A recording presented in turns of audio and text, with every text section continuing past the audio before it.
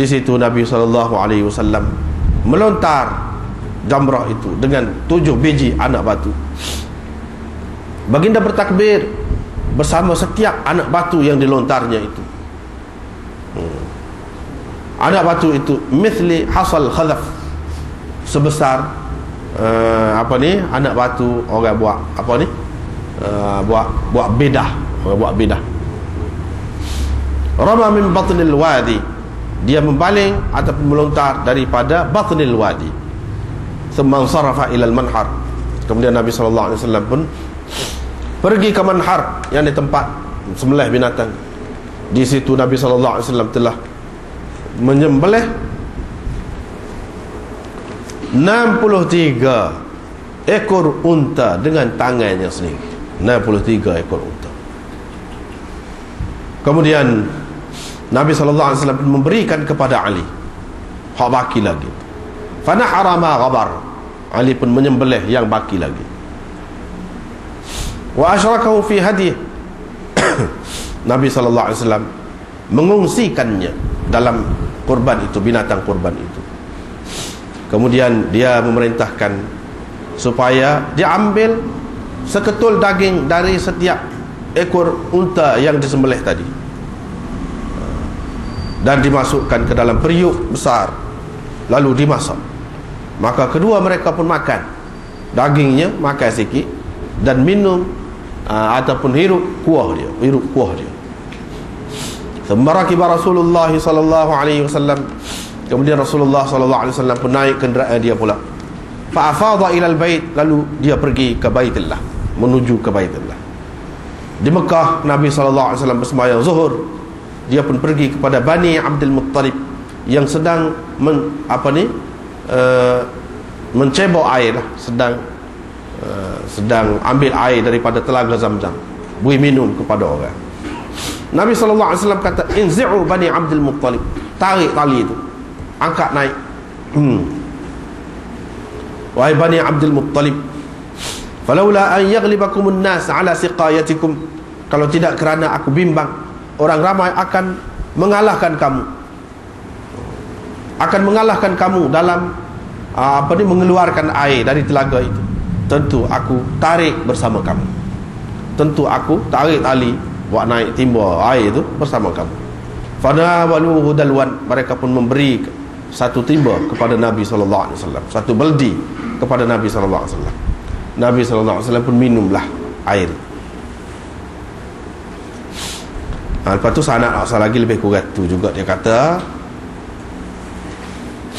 supaya cuma dalam hadis ni, dalam sanad ni ada riwayat sebut tanya lagu mana, wa kanatil arab yadfa'u bihim Abu Sayyara ala himar uryin.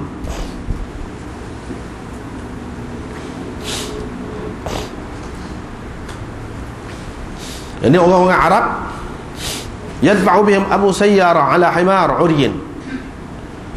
Orang-orang Arab semua sekali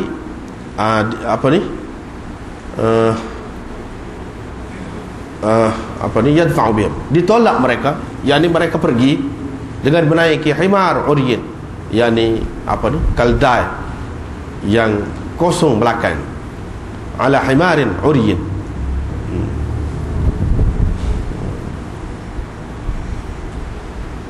atas himar uryin yang kosong belakang. Falamma ajaza Rasulullah sallallahu alaihi wasallam, bila Rasulullah sallallahu alaihi wasallam telah melepasi Muzdalifah, daripada Muzdalifah bil Masy'aril Haram, sampai di Masy'aril Haram, bila sampai ke situ orang Quraisy tidak ragu bahawa Nabi sallallahu alaihi wasallam mesti akan hanya berada di situ saja. Dan itulah tempat Nabi sallallahu alaihi wasallam, tempat berhenti Nabi sallallahu alaihi wasallam, yakni pada sangkaan mereka. Di situlah manziluhu thamma, di situ. Fa ajaza, tiba-tiba Nabi telah melepasi tempat itu, pergi lagi. Walam ya'rid lahu, tetapi Nabi sallallahu alaihi wasallam tidak ada isyarat ataupun melakukan sesuatu yang menunjukkan dia akan melepasi tempat itu, hinggalah dia pergi ke Arafat. Fanazala, maka dia pun turun di situ. Diriwayatkan daripada Jabir, ini hadis Jabir belakang. dalam hadisnya itu bahawa Rasulullah sallallahu alaihi wasallam bersabda. Nah, ini beza daripada yang tadilah, tak ada. Saya telah menyembelih di sini. Mina semuanya adalah tempat sembelih. Jangan duduk tuju sini saja, lain pun boleh juga maknanya. Fanharu fi rihalikum, sembelihlah kamu pada tempat-tempat tinggal kamu. Saya berhenti di sini, saya wukuf di sini, padahal Arafah tu semua sekali mauqif, tempat wukuf belaka. Saya berhenti di sini. Dan jam'un, yakni Muzdalifah itu semuanya mauqif, yakni tempat berhenti belaka. Boleh nak berhenti mana-mana pun. Diriwayatkan daripada Jabir bin Abdullah bahawa Rasulullah sallallahu alaihi wasallam bila sampai ke Mekah, dia pergi ke Hajar, yakni Hajarul Aswad lah. Lalu diistilam, yakni dicuitnya atau disapunya. Istilam, sapunya dengan tangan. Thumma masya ala yaminih, kemudian dia pergi ke sebelah kanan, Faramala thalathan, Nabi sallallahu alaihi wasallam melakukan ramal, yakni berlari-lari anak sebanyak 3 keliling, dan berjalan kaki 4 keliling. Seterusnya riwayat daripada Aisyah radhiyallahu anha, katanya orang-orang Quraisy dan orang yang mengikut agamanya berhenti di Muzdalifah.